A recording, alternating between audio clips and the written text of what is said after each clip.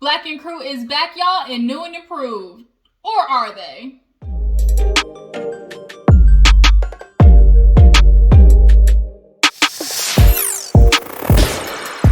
What's up, you guys? Welcome back to my channel. It's looking like we got an oldie but goodie. Welcome back to the roster. Last night, Black and Crew New York, decided to make a comeback, and it's looking like things are getting a little tense with a couple of the, castmates. Especially with Walt. Looks like Walt might have effed up the thing, effed up the church's money, and I low-key feel bad. So we're definitely going to talk about it, get into Black and Crew. As ratchet as this show is, there's a sliver of light at the end of the tunnel when it comes to these hoes. So let's go ahead and get into it. Let's not waste no time, because I also hopefully we'll see after I watch the first episode of Couples Retreat. We'll see if we'll add that to the roster as well, since they both come on Monday nights. So yeah, we'll see what it's hitting for. Especially with Kirk and Rashida, because Kirk and Rashida and Yandy and Mendices is what I'm really interested in, to see how the hell their relationship is. How the hell their relationship is holding up after all the mess that they done been through. Okay. But yeah, let's go ahead and get back into Black and Crew. If you're new to my channel, go ahead and hit that subscribe button. Don't be stingy. It's free 99. So go ahead and hit that button at the bottom there. And also click that like button, you guys. Like this video up, so your girl can, get boosted up in the algorithm, you guys, and this channel can grow, okay? So we open up Black and Crew dealing with, literally everybody's show has been opening up with COVID and Black Lives Matter, because that is something that literally stopped the whole world. Black Lives Matter and COVID has just been a part of everybody's life. So they are showing that through Brooklyn and New York had it hella bad when COVID started. So, C said he flew down to Atlanta, bought him a nice crib. He got a new woman. He said, I found love, or love found me. And I'm guessing, or I'm going to assume, this is the same woman that had the issue with his daughter that went viral way back when, when he basically pulled his daughter out the shower butt ass naked, bucket naked, and then the woman has something to say about her. I'm just going to assume that that's her, and I wonder if that's going to play out on the show. But yeah, so he's in Atlanta. Everybody went their separate ways. Walt and his girl, I can't think of her name, but Walt and his girl got back from their honeymoon, and shit went tits up when it came to them. They were just laughing. They were at a dinner just laughing about how, that was a real test, for their first year of marriage. Because, they say first year of marriage, it kind of is the toughest. Because, yeah, you got married, but then all of a sudden, shit get real. And then not only that, quarantine was a hella test for people who were engaged to be married or already married. They said, half the people who were engaged, broke it off. Because then you realize, shit, this person ain't who I thought they was. But for them, they made it through. Walt is super excited that, he didn't take off running on her. But he's sitting there talking with her. We got Donna and Alex, y'all know, the vagina slayer. They still holding strong. Bay with her separate way. Who else was it? Tati out there hustling. She bought a house with her cousins. Girl, she sell dope, do hair, and babysit out the same crib. If you know what that's from, drop down the comments. Police don't know when to kick the dough in. So yeah, Tati's been hustling, trying to keep this house, with her cousins. I can't, blame her for that. But everybody's in the midst of their own life, and then ding, ding, ding, they get a text message from good old Caesar talking about, let's get the gang back together. Oh, Puma, we forgot Puma too. Puma's like the rest of the parents in the world, what the fuck am I supposed to do with this math? This new age algebra that these kids are learning. I don't know what the hell I'm supposed to do with this. But him and Kwame, is her name Kwani? I think her name is Kwani, right? They're, talking about, them and the kids. And when they get this text message from C's, Puma's a little hesitant because he's like, shit, nobody took COVID seriously. Walt just got back from vacation. Alex and Donna, for sure, they was up partying up. He was like, I don't think I want to go, over there and risk it because I got kids. Teddy as well. We can't forget good old Ted. He said he was into music producing, so he got into that. Everybody had to find their hustle. when the shop shut down, or basically when the whole world shut down, everybody had to figure out how to do what to do. And now that C's are trying to get the gang back together, everybody's talking about how they feel. Puma's a little nervous. He's hesitant. You know, he wants to go back, but once again, the COVID situation. I'm glad him and Caesar are in a better space than, you know, how bad it got that one time, you know, when they were trying to knock each other out over some chicken wings. Who else? Tati. She wants to go back, but she's like, I'm a tattoo artist and I want, you know, some type of, you know, good position or, you know, type of title, because she's been rolling with them. But she's also nervous that, you know, they're like, are they going to see the new and improved Tati, or are they going to accept the new and improved Tati? Everybody's claiming, oh, you know, quarantine made me a better person. I'm not who I used to be, especially Donna. You know, Donna said, you know what? I never got the respect that I deserved at, you know, Black Ink. I've been there for so long. And Alex is like, man, you just got to keep doing it. And she's like, I've been working with Caesar since the beginning. I grew up there. And I just feel like I don't get the respect I deserve. And Donna really honestly kills me when she says that shit. I literally be thinking like, Donna, you're delusional. Like, genuinely, like, this is when you gotta look in the mirror and genuinely think back on your career for Black Ink Donna. Name one good tattoo that you did. Actual viable good tattoo that you did. Name everything that you input into Black Ink. Girl, you were hell on wheels, constantly fighting, fucking and fighting. That was your whole deal for Black Ink Crew. You was getting blown out in the bathroom by every nigga that walked through. I'm not slut shaming, but I'm just saying that's what you was doing. Getting your back blown out, okay, in the bathroom stalls. And was fighting. And then you did a couple of tattoos here and there. You were not a consistent tattoo artist, Donna. And not a good one at that. So I'm just trying to like hold the mirror up to you. Girl, what respect or what acknowledgement are you looking for? Were you there? Yeah. But were you an asset to the team is what you need to think about. Would things change or be different if Donna was there or not? Let's keep it real. You wouldn't affect nothing in there, okay? I love you, Donna, but no. She had that cute little confessional look. But everybody's like, okay, I guess we can be going back. I mean, I'm glad I'm finally getting a paycheck of some sort. Walt, though, he been struggling, y'all. I have a soft spot for Walt. I really do. Like, he is the typical Black man on a mental, emotional, spiritual struggle, trying to just figure the shit out. So when what happens at the end happens, it's a little disappointing. I'm not gonna lie. But everybody gets called back to, you know, the shop. 113 is officially shut down, and 125th in Brooklyn has become the flagship shop. It looks really nice on the inside, like they did a really good job. So C's walks in and everybody's like, pent up, like, he's like, man, sit down, chill out, like, what's going on? So everybody sits down and, you know, he's checking in with everybody. Walt showed up late. And Donna picked up on Walt's energy, like something's going on with Walt. Like, you know, he kind of came in looking like a rough stray dog off the street. So C's is like, oh, everybody welcome back. You know, we're going to get the gang back together. 125th is going to be the new shop. You know, Teddy, how do you feel about that? He's like, you know, I'm with it. And everybody else was kind of like, skirt, like, hold up. We're not just getting ready to just start and like not get nothing, you know, clarified. So Tati was the first one to be like, I need to talk about my title here, buddy. Like, what am I going to be doing? I'm going to be a tattoo artist here. We need to get something, you know, figured out. And so she's like, we can talk one-on-one about that. And so what we learned is she is going to be a part of the essential workers, you know, thing to kind of prove to her position, because she no longer wants to be reception. That's no longer her job. She's tired of being reception at the front desk. Alex wants to be lead tattoo artist. And so he asked him, can you outdo Bay? He was like, hell yeah. And everybody was like, ooh, like, because Bay's a really good tattoo artist, actually. You know, when it comes to Black Ink, you kind of be concerned about the quality of tattoos. But I will say Bay has definitely been one of the best tattoo artists that came through there. And so is that other girl, that mixed girl that they have there too. I can't remember her name. I think it starts with a K. But she was actually there at the shop. Y'all drop down in the comments and tell me her name, because she fought with Kitty and all that. She was that mixed like Asian girl.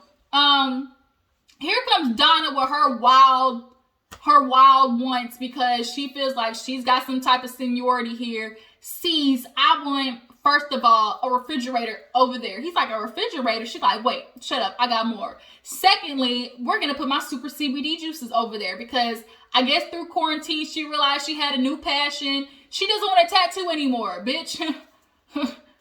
Bitch, you got it. On a silver platter, no more tattooing for Donna. Good, okay? Because your tattoos was shit. They was ass. I'm sorry, Donna, they were ass. And it's not anything I think you were genuinely, like, passionate about. Or you would never have let, like, your quality look like that. You would have... I'm gonna let you have it, Donna. But she's like, oh, I want my CBD juices here. I guess she's into CBD meals, CBD juices, all types of stuff. I mean, cool. In New York, weed is legal, so like CBD is a huge thing. A lot of people want the benefits medically without getting high. So be it. I personally like the effects. If you just so had happened to light it, you know, that's where I'm at. Speaking of, today's 420, y'all. Happy 420. We definitely gonna be celebrating that, bitch. Woo! And it's my brother's birthday. It's so crazy. My brother's birthday is on 420. He's turning 23 today. Happy birthday, Preston. You annoy the hell out of me, but you're my little brother. I love you. So happy birthday and 420 at the same damn time. But he's like, what the hell? She's like, last but not least, I don't want a tattoo anymore. He like, bitch, it's a tattoo shop. What do you mean? Like, if you not tattooing, you ain't working. Then he was like, ding, a light bulb moment. If Donna ain't working, she ain't gotta be here. You know what? Go ahead. You don't have to tattoo anymore. Bitch, you got it, okay? So, everybody is like, you know, dispersed after that. They're gonna do the essential worker, free tattoos for essential workers. You know, obviously because of COVID, that's like their little way of just kind of doing a little something. And so, everybody kind of left after that. Bae didn't show up. I guess Bae is done. Like, I guess she just doesn't want to entertain it anymore or doesn't want to get sick because of the baby. And then Puma obviously didn't show up. So after that happens, Puma actually goes out with Ted at a cigar shop. And so Puma's not playing. Puma's dreads look so much better though. So much better. Them little raggedy things is over there looking like Lil Wayne dreads 2019. Like, you know what Lil Wayne dreads look like right now. So he was talking to him like, yeah, you know, we want you to come back to 125th. You know, things are looking good. That's going to be the flagship shop. But I got some news for you. And in the midst of that happening, we see Donna and Walt talking. And Donna blasted Walt on national TV and she's like, Walt, what's going on with you? Like, you haven't been there for me. Like, you know, when you showed up to the shop too, homeboy, you was looking real raggedy. I knew something was up with you, but we need to talk. You did show up to my birthday. You didn't support my CBD line. And Walt knows, Donna gets in her feelings so damn much. Donna, we get you guys shit going on in your life, but you have to understand, not everything is about you, Donna. She has a habit of forgetting that other people got lives. Could he have told you he wasn't coming? Absolutely. So that's what he should have apologized for. If I RSVP can't make it, I'll let you know I can't make it. But she's like, I feel like, you trying to dodge me because of what happened. You know, the money issue. She's like, let's not play. Well, you owe me a couple of dollars. And so when she said that, I was like, oh, shit. The last person you want to owe money to is Donna. It's Donna. So she said, what we gonna figure out? We need some type of payment plan because what's it called? JG Wentworth is my money and I need it now. So she's like, I want free photo shoots, for my CBD line. I want photo shoots. So he's like, you know what? We'll do that. He's like, I'm not ducking and diving you, Donna. Like, you my girl. I wouldn't do that. Things are just kind of been a little rough. Cause she's like, she's like, things are going on with you, Walt. And he's like, yeah, it's been a little rough. And Walt has always just been going through shit. He's a black man who goes through depression, dealing with a whole bunch of stuff in the world. And it's like, it's nothing new. And Walt's just a byproduct of his environment. And I have such a soft spot for him because I see his want to do better, but just not having the mentorship, I guess, in a way. So when Donna says that, oh, you owe me a couple of dollars, we see back at the cigar shop, sees Ted and Puma, and they're like, 125th got robbed. And 125th is loaded with security cameras. So everybody's like, this was an inside job, for real. So they said, we're waiting on the footage to get back, from other shops as well. But I'm confused. If 125th has security cameras, why y'all need other people's security, footage? That's what confused me. But neither here nor there. They said, well, who was working at the time? Bitch, it was Walt. So it's like, damn, you don't want to think Walt. No, Walt. But desperation and pride, it make you do some things that you never thought you would do out of survival. So we get to the day of essential workers. Tati said she agreed to work it for C's to show she wants a higher title. So she's there running everything. I guess they got some big old black dude that's working over there now. And I don't know his name, but nonetheless, he's there with Tati, and a refrigerator comes in. And she this for Donna? She said, how the hell your package arrive before you do? We know Donna always show up late with her big ass, literally. She walks in, has her juices and everything, and she's like, shit, I'm getting ready to put this over here. Tati's like, well, did C's approve? She was like, yeah, he said yes 3 times. Man, flashback, he was like, excuse me, what? A refrigerator? But he never said yes, right? And so Donna basically just gonna force herself in this situation because that's what she always does. So she got her little super deep CBD over there. So when C's comes in, he's checking on everything and look good. And he look over to the side like, boy, what the fuck? Why? What is this? She said, remember my CBD line? He said, I had never told Donna she could put this refrigerator in there. But everybody ended up tasting it. I don't know if they liked it because I was watching the episode on YouTube, but from what I could see, that wasn't cut. They looked like they enjoyed it. So she said, oh, she wanted support from Caesar. So basically, whatever she does as a business, give her some type of promotion, Caesar. That's the least you can do. Try her products and see if it's, for real. But I think this could be Donna's for real outlet. So as they're doing the essential workers thing, Tati has a lead and Walt's supposed to take over, but Walt is nowhere to be found. And in the midst of that happening, Teddy gets the footage from the shop or whatever. So Walt comes in and they pull him to the back and they look at him and was like you can't see the face, but you can see a demeanor, right? And when you know somebody for years, you know how they walk in their demeanor. And Caesar's like, Walt, tell me that's not you, Walt. Tell me that ain't you. And Walt at first tried to be like, man, no, that ain't me. But when you on camera and people, and Walt has been guilty about, you could tell, it's been on his conscience. Because he eventually was like, man, you know what? I ain't gonna lie. I had something to do with this trade register. And I was gonna try to, put it back before anybody noticed. I ain't got no other thing. I did something that I did something stupid I never, wanted to do. And then that's where the episode ended. So now for them, they're feeling like, well, shit, this is my nigga. He, screwed me over. He stole from me. But on the other side, you're like, damn, that's my nigga. And if he's so desperate to steal from me, what's going on in his life? They even felt at one point is it the alcohol or is it more than alcohol? Because Walt had kind of got a little frail, so you don't want to think,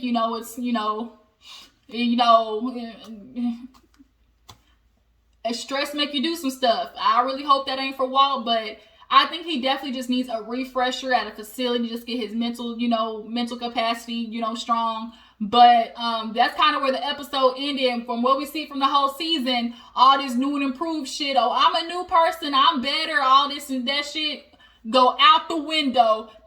He's taking them down to Atlanta to the big shop down there. And they're staying in a mansion out in Wisconsin. And we see from the preview, Donna's stuck on this. I want my appreciation. I want my acknowledgement.